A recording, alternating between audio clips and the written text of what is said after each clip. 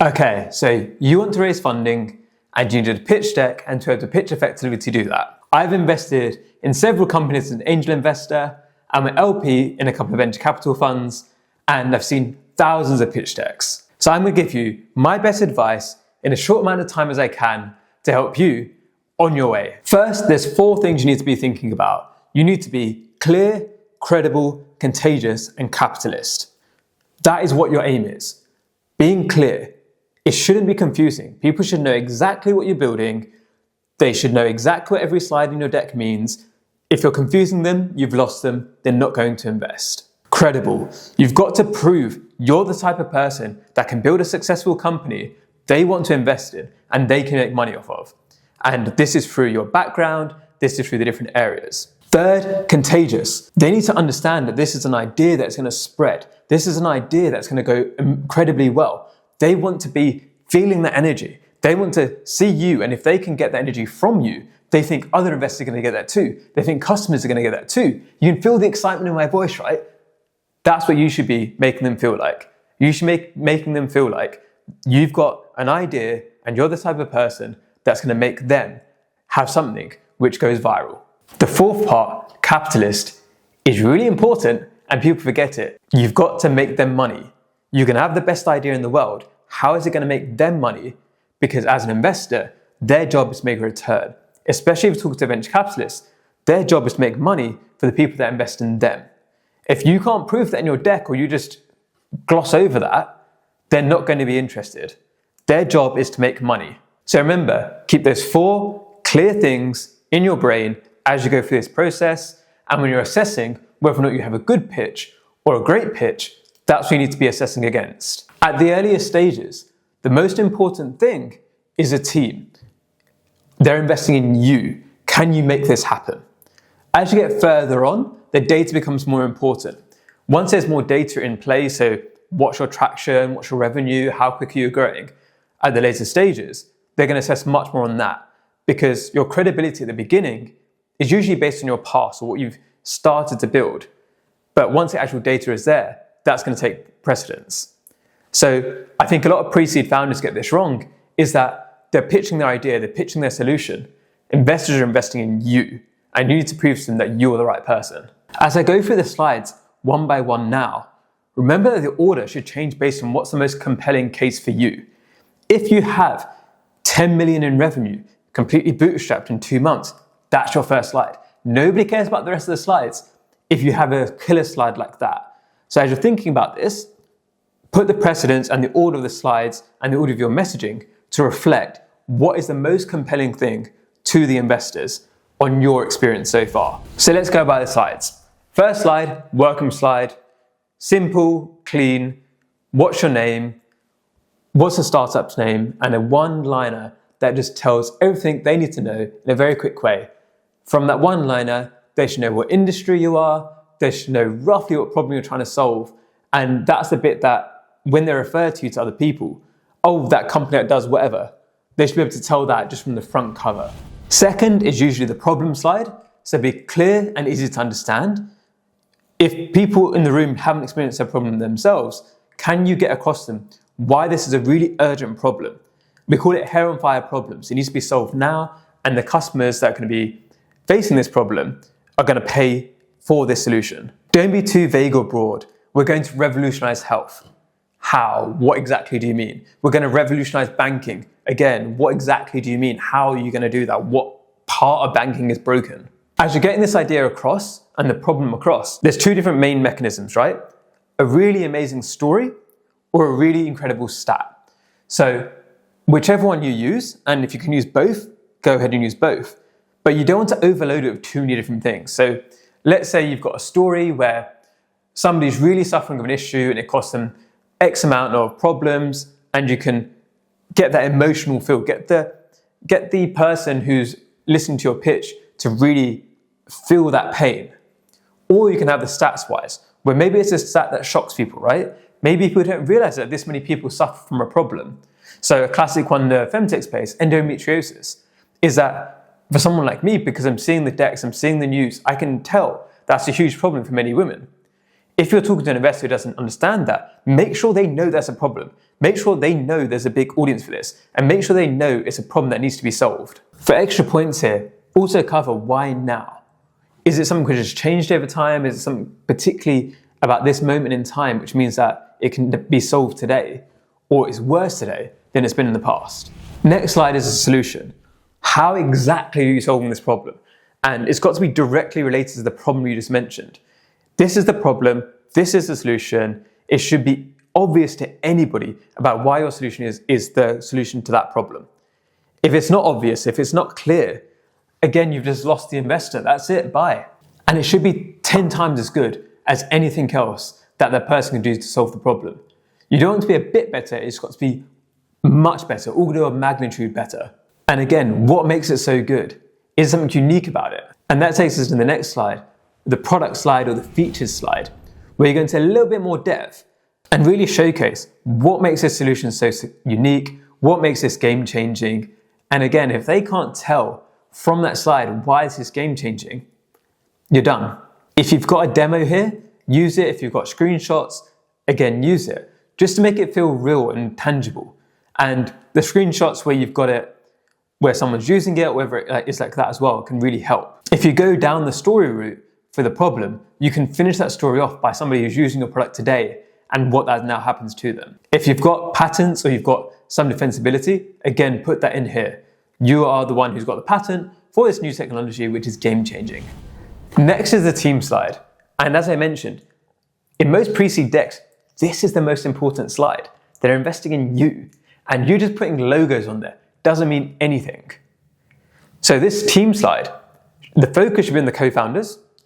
If you've got advisors or a board, you can put them on there, but only put them on there if they're truly exceptional. By the mere fact that you have them on board is going to change people's perceptions of you, right? So if, for example, you're building a cancer charity or a cancer product and the head of Cancer Research UK is on your board, that's worth putting in, right? It shows that you have access to network. That's the only reason to show the board on there. Otherwise, the board and advisors can just be like, nobody really knows how involved they are, if they actually care what's going on there. The co-founders is the key focus. And for those co-founders, what matters more than the logos is what you've actually done. Because if, for example, you put the logo of Google on there, right? I think 500,000 people have worked at Google all time. If you put Deloitte on there, again, 1 million people have worked at Deloitte in the last 10, 15 years? These aren't showing that you can potentially build a transformational company. Whereas if you say, for example, you led this project at Google and that project was worth X billion, now you're talking, now the investor is interested, right? So you've got to be thinking in that manner.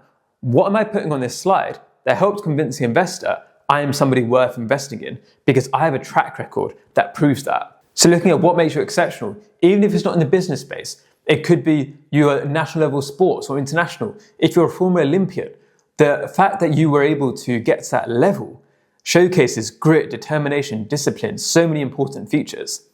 It could be in dance, it could be in so many different areas you can prove.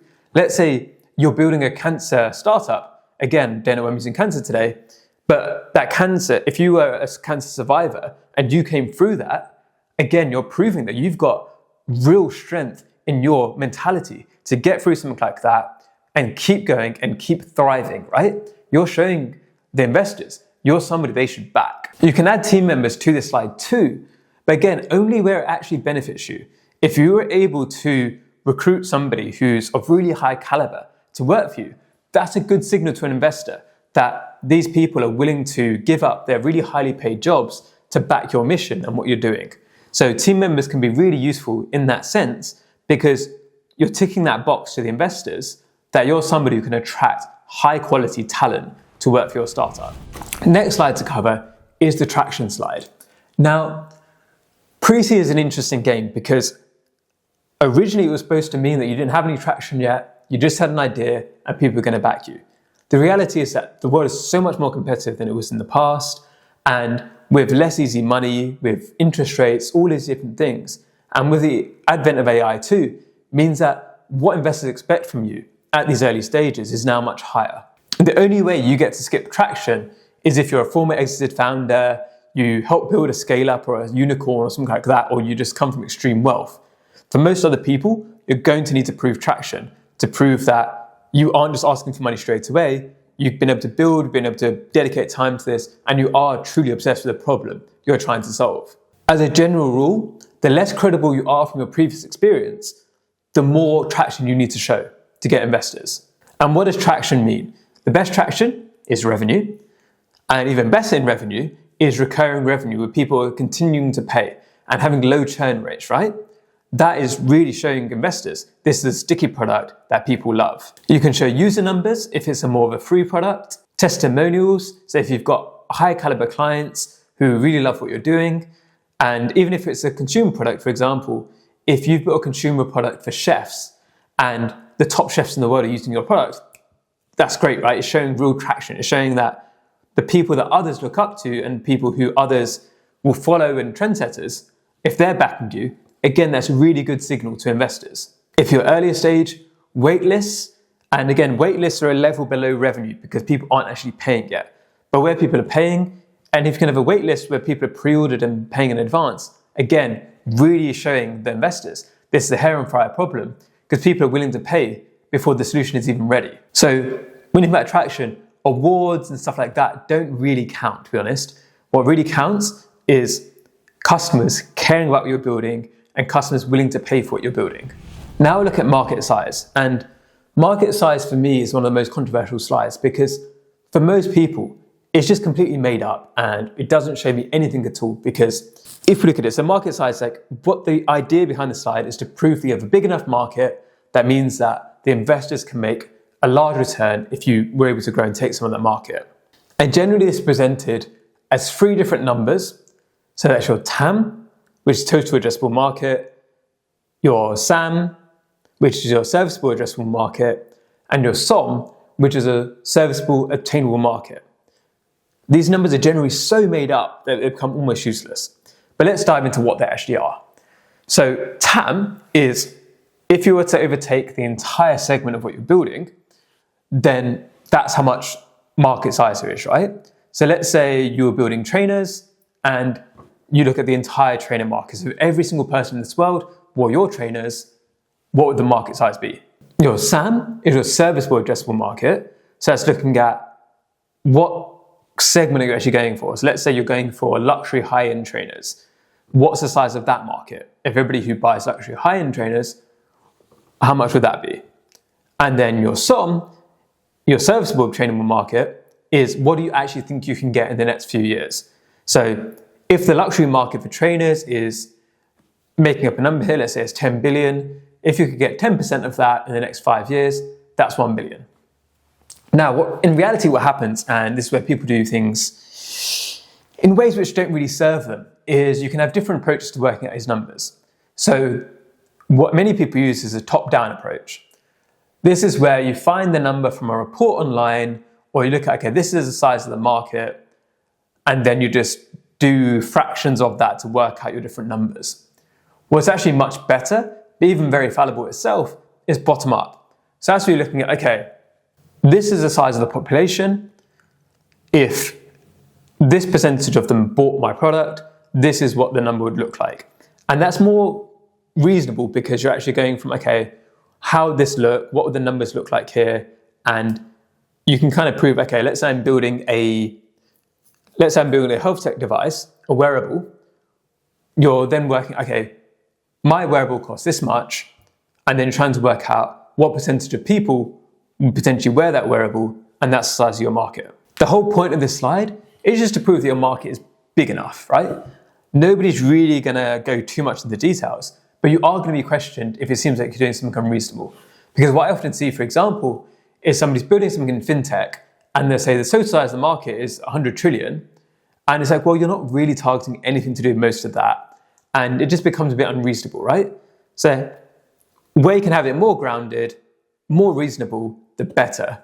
The other key thing to look at when you're looking at market sizing is the trends. If something has become more popular or a problem is becoming more acute, that's really interesting too. So say, example of something that's servicing elderly people in Japan, where the elderly population is continuing to grow at quite an increasing rate, that's a very interesting market because if you get in now, then that market is going to continue to grow by itself. And if you maintain market share, you're going to do pretty well. Now for a slide about marketing and distribution. And this often gets overlooked by many people in their pitch deck. But if you're saying that you're going to get this percentage of the market in your market sizing slide, you need to have some way of proving how you're going to do that, right? What's your plan? How are you going to reach those level of customers? How are you actually going to get to that SOM? And I think it's underrated because without this slide, you're basically just spouting out numbers without any real substance.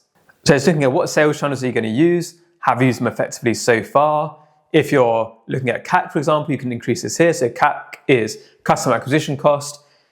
If, for example, you've been running ads, how much are you spending on ads for every customer you get? These kind of things will be really useful. But understanding how, especially if you have a unique distribution channel, if you can put that in here, that can really help your case. And one thing that people do here, for example, is if you're looking at, say, like Instagram and TikTok, if you're building a consumer brand, great if that's what's reaching your customers. But if you've got a social media presence and none of those people convert, not very interesting to any investor. The competition slide can be really misused as well. So competition is just how you position the market. Again, it all should relate back to that market size slide where if you're saying you're going to capture this part of the market, who are the other players and how are you different, right?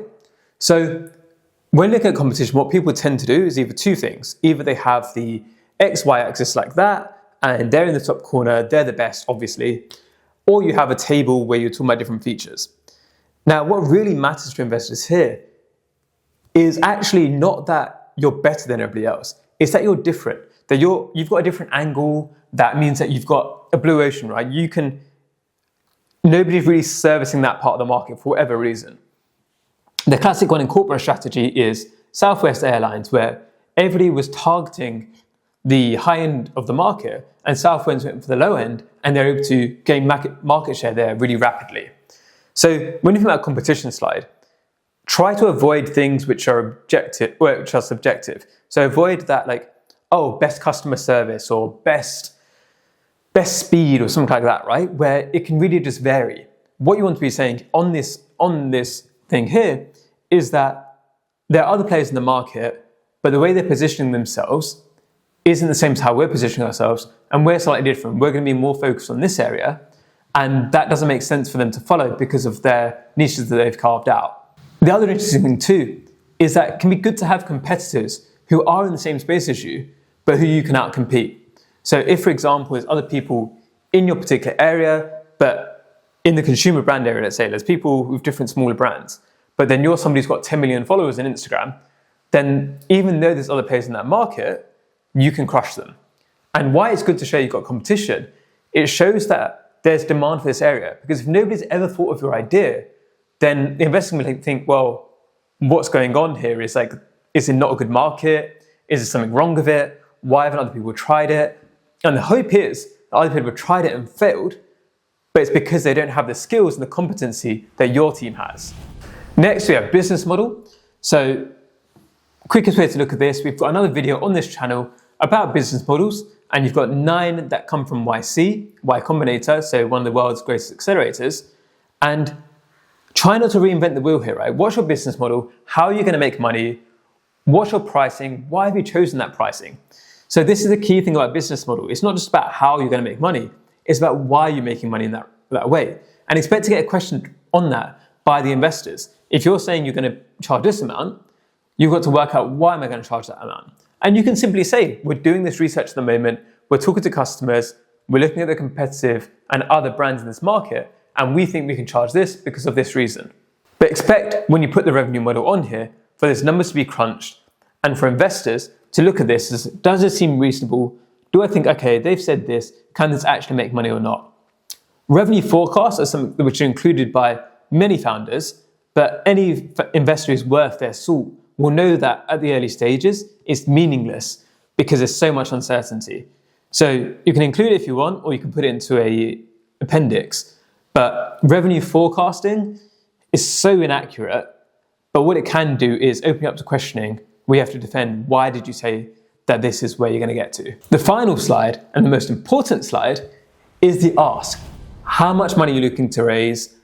What percentage of it have you already raised? What are you going to spend that money on? And again, when you think about how much you're asking for in the valuation, you don't necessarily need to put a valuation on the slide, but generally think about at the early stages, you're giving away, say, 10 to 15% of your company per round.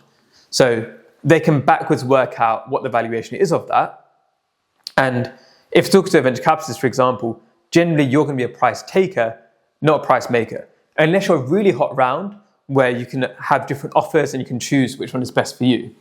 But this asking slide is really important to be super clear, because you'd be surprised how many pitch decks I get where I don't know how much they're trying to raise. If I don't know how much they're trying to raise, then I don't even know, I can't do any of the calculations or any of the math to work out if this is a good investment or not. And one final side note is that in the age of AI, expect to have to justify why you're raising the money.